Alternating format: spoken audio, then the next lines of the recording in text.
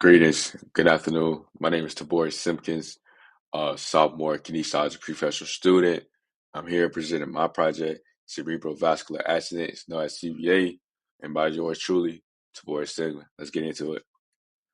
Objectives for today is we're going to have an icebreaker, background information about cerebrovascular, signs and symptoms that you can watch for cerebrovascular, causes for cerebrovascular, molecular mechanism responsible for cerebrovascular, diagnosis and techniques used for cerebrovascular, current treatment approaches, research, and conclusion and result. So today I hope you learn new things that you never learned before about cerebrovascular and how you can help somebody have a life-saving moment.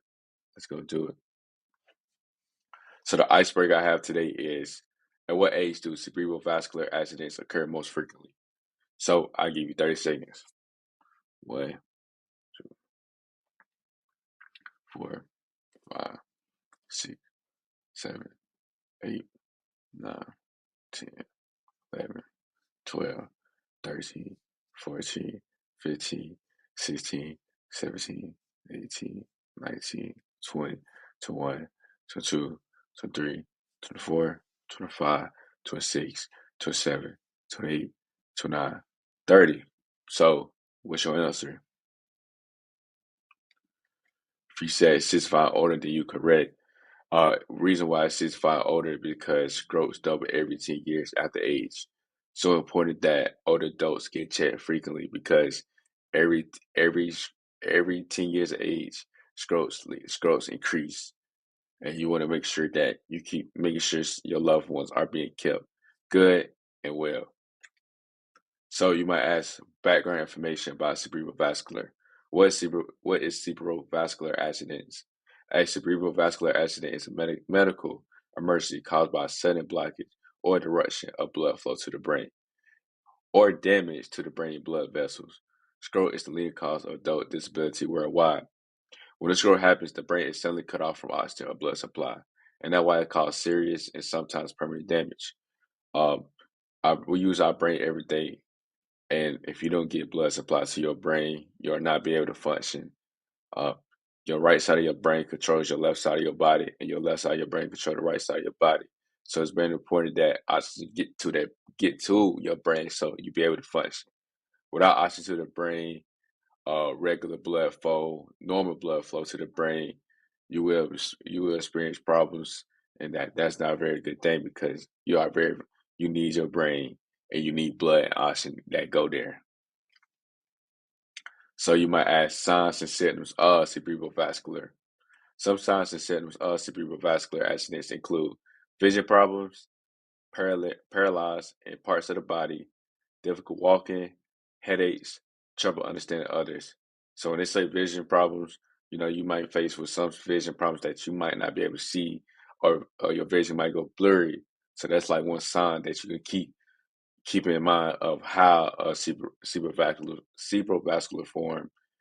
We say you're paralyzed in part of your body. Like I mentioned earlier, your left side of your brain controls the right side of your body, and the right side of your brain controls the left side of your body. So if you don't get blood flow to one of your parts of your body, it becomes paralyzed. It becomes paralyzed in some of your parts of your body, and that's not a good thing because you want to be able to feel what you're doing, and you don't feel your nerves, and that's a problem because you paralyzed on some sort or your end, and that's that's not very good because your life cannot change and be abnormal. Difficult walking, you know, this go back to you having your nerves and paralyzed. It's very important that um to get the signs and symptoms of cerebral vascular that it might be difficult to walk and might need help guidance walking, headaches, um, as cerebrovascular is doing something with blood flow oxygen in your brain, you will receive some headaches that you will need to go to the doctor to see, and trouble understanding others. Um, yeah, trouble understanding others. Causes of cerebrovascular. There are two main causes of cerebrovascular accidents. A block, a blocked artery in the brain known as ischemic stroke, a leaky or ruptured blood vessel in the brain known as hemorrhagic stroke. When this happens, parts of the brain doesn't get enough oxygen, and this can quickly lead to brain damage if not treated right. And when a vessel ruptures, blood leaks into the brain, increased pressure, which can quickly damage brain cells. So it's important that these are the main causes of cerebrovascular accidents, and that ischemic stroke is the main one that people tend to get, and that's because something's blocking the brain, something's blocking blood flow to the brain. You know, another thing you can get, another form of cerebrovascular accident you get is hemorrhagic stroke, and that's just a leakage. So brain blood leaking in your brain, and your body has to respond to that. Molecular mechanism responsible for the disease of cerebrovascular. A genetic form of stroke called Codazole. Codazole is a rare genetic type of stroke caused by a change in a not TIT3 gene. This change made the blood vessel in the brain work improperly over time. Over time, the blood vessel becomes weak and stiff, which reduces blood flow to the brain. When the brain does not get enough blood, it can lead to a stroke. Codazole is to reduce blood flow to the brain, and when the brain doesn't get enough blood, it can lead to a stroke. So, like I said earlier, it's very important that blood and oxygen get to your brain, because if not, you will not be able to function, because you need oxygen as well as blood going around, blood flowing around your brain. That's how you're able to function, and that's how you be able to move your body. So without that, you'll not be able to function well, because you're not getting enough blood supply or oxygen towards your brain. So some diagnosis and techniques for cerebral vascular, you got Sinocope, Tresment, ischemic attack, cerebral neoplasm, conversion disorder, brain absence. And as for techniques, you got CT scan, MRI, blood test, and echocardiogram. Just for more information, Sinocope means fainting and happens when the brain doesn't get enough blood for a short time. Tresment ischemic attack, known as TIA, is a mini stroke.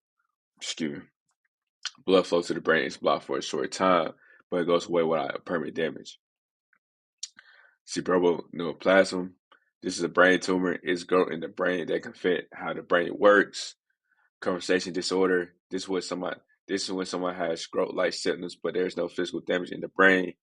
It's often related to stress, brain absence. A brain absence is an infection in the brain that causes a pocket of pus. It's serious and need to be treated. So all these diagnoses is very important that if you get it, if you are very treated, go to the doctor and get it treated, because this can lead to many different things. As you said, like a TIA is a mini stroke, and if it's a mini stroke, if you don't treat it, it can get to a bigger stroke, like ischemic and hemorrhagic stroke. And some techniques you can use is CT scan, MRI, blood test, and echocardiogram.